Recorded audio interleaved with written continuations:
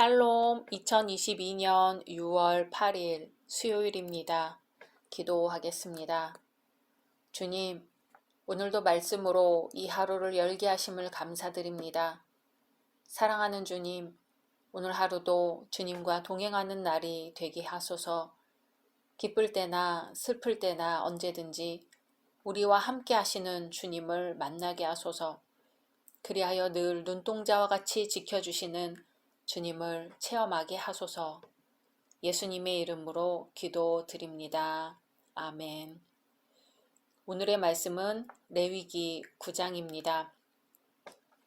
여덟째 날에 모세가 아론과 그의 아들들과 이스라엘 장로들을 불러다가 아론에게 이르되 속죄제를 위하여 흠 없는 송아지를 가져오고 번제를 위하여 흠 없는 순양을 여호와 앞에 가져다 드리고 이스라엘 자손에게 말하여 이르기를 너희는 속죄제를 위하여 순염소를 가져오고 또 번제를 위하여 1년 되고 흠 없는 송아지와 어린 양을 가져오고 또 화목제를 위하여 여호와 앞에 드릴 수소와 순양을 가져오고 또 기름 섞은 소제물을 가져오라 하라. 오늘 여호와께서 너희에게 나타나실 것임이니라 하매 그들이 모세가 명령한 모든 것을 회막 앞으로 가져오고 온 회중이 나와 여호와 앞에 선지라. 모세가 이르되 이는 여호와께서 너희에게 하라고 명령하신 것이니 여호와의 영광이 너희에게 나타나리라. 모세가 또 아론에게 이르되 너는 제단에 나아가 내 속죄제와 내 번제를 드려서 너를 위하여 백성을 위하여 속죄하고 또 백성의 예물을 드려서 그들을 위하여 속죄하되 여호와의 명령대로 하라. 이에 아론이 제단에 나아가 자기를 위한 속죄제 송아지를 잡음에 아론의 아들들이 그 피를 아론에게 가져오니 아론이 손가락으로 그 피를 찍어 제단 뿔들에 바르고 그 피는 제단 밑에 쏟고 그 속죄제물의 기름과 콩팥과 간 거풀을 제단 위에서 불사르니 여호와께서 모세에게 명령하심과 같았고 그 고기와 가죽은 진영 밖에서 불사르니라. 아론이 또 번제물을 잡음에 아론의 아들들이 그 피를 그에게로 가져오니 그가 그 피를 제단 사방에 뿌리고 그들이 또 번제의 제물 곧 그의 각과 머리를 그에게로 가져오매 그가 제단 위에서 불사르고 또 내장과 정강이는 씻어서 단 위에 있는 번제물 위에서 불사르니라. 그가 또 백성의 예물을 드리되 곧 백성을 위한 속죄제의 염소를 가져다가 잡아 전과 같이 죄를 위하여 드리고 또 번제물을 드리되 규례대로 드리고 또 소제를 드리되 그 중에서 그의 손에 한 움큼을 채워서 아침 번제물에 더하여 제단 위에서 불사르고 또 백성을 위하는 화목제물의 수소와 순양을 잡음에 아론의 아들들이 그 피를 그에게로 가져오니 그가 제단 사방에 뿌리고 그들이 또 수소와 순양의 기름과 기름진 꼬리와 내장에 덮인 것과 콩팥과 간 거풀을 아론에게로 가져다가 그 기름을 가슴들 위에 놓음에 아론이 그 기름을 제단 위에서 불사르고 가슴들과 오른쪽 뒷다리를 그가 여호와 앞에 유제로 흔드니 모세가 명령한 것과 같았더라. 아론이 백성을 향하여 손을 들어 축복함으로 속죄제와 번제와 화목제를 마치고 내려오니라.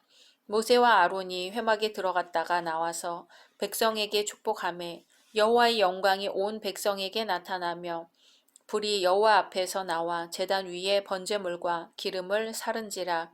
온 백성이 이를 보고 소리 지르며 엎드렸더라. 아멘.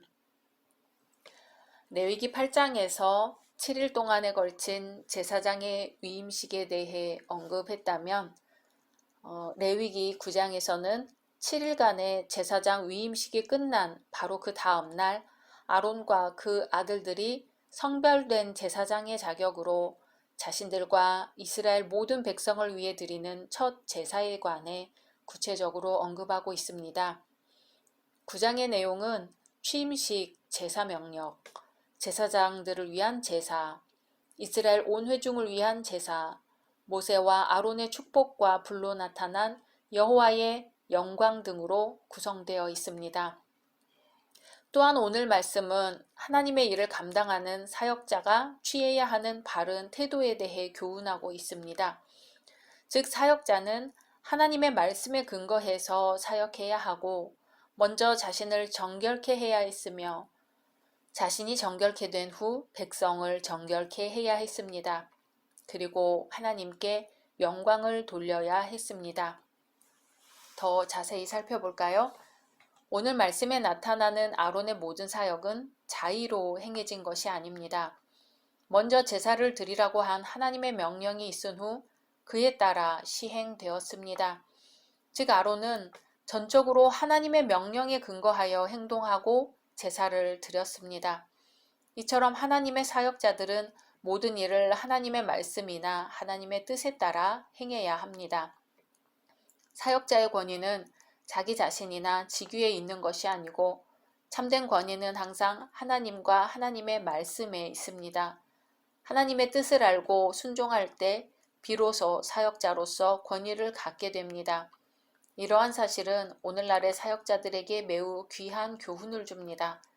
영적 권위를 지니지 못해 인위적으로 권위를 조장하고 권위의식을 드러내는 사역자가 있기 때문입니다.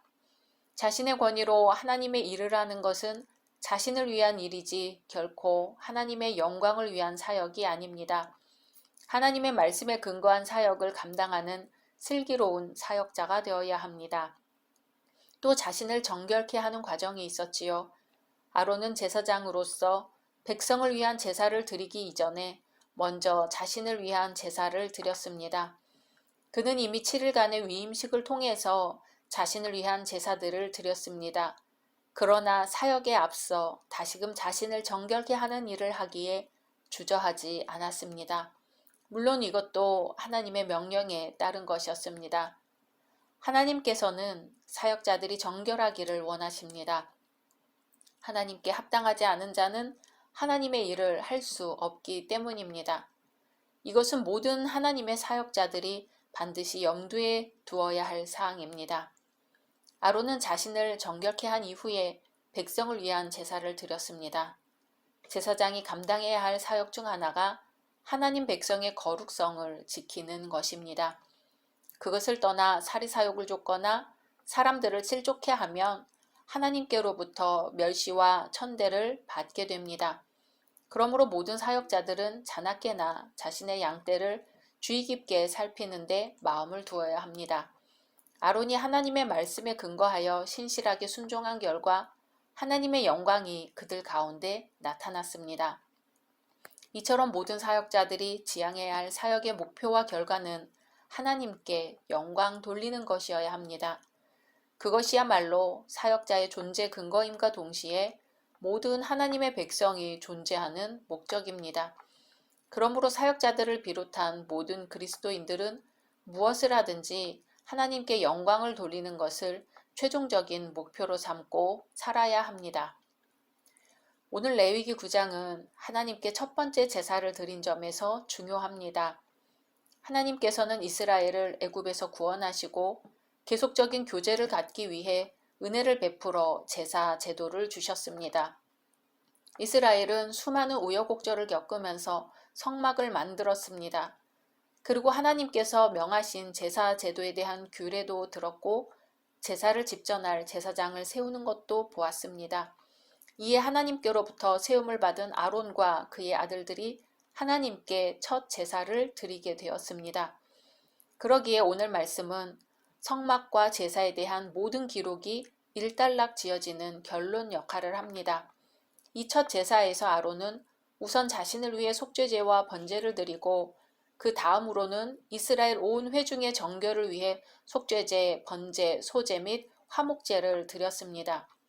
이때 하나님께서는 하늘로부터 직접 불을 내려 번제단 위에 제물들을 불사름으로써 아론이 드린 첫 제사를 기쁘게 연락하셨으며 이스라엘 온 회중을 죄와 부정으로부터 정결케 했다는 사실을 확증적으로 보여주셨습니다.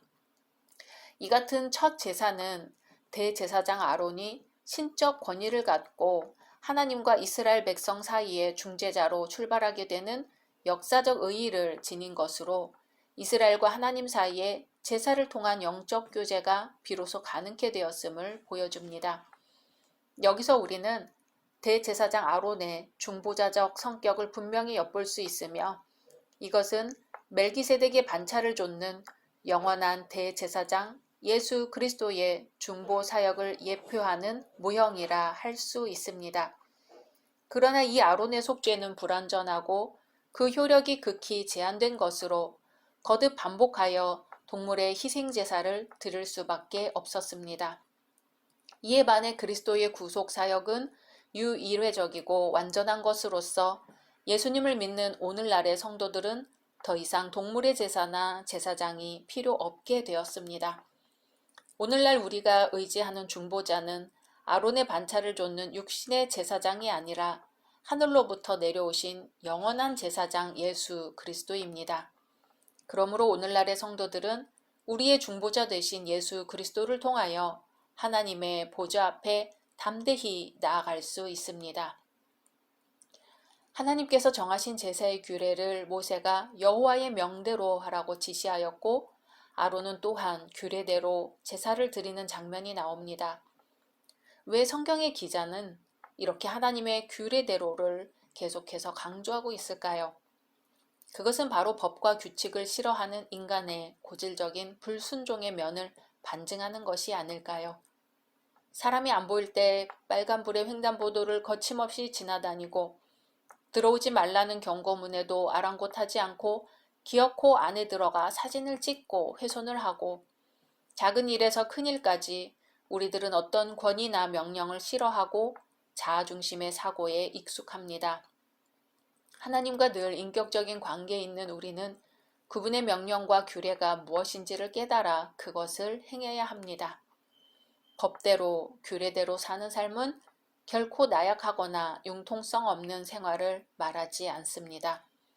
물에 빠진 사람이 방향 없이 배와 유리된 채 헤엄쳐 나가는 것을 우리는 과연 신나는 인생이라고 할 수 있을까요? 각자 말씀 묵상하신 후 주기도문으로 마치겠습니다.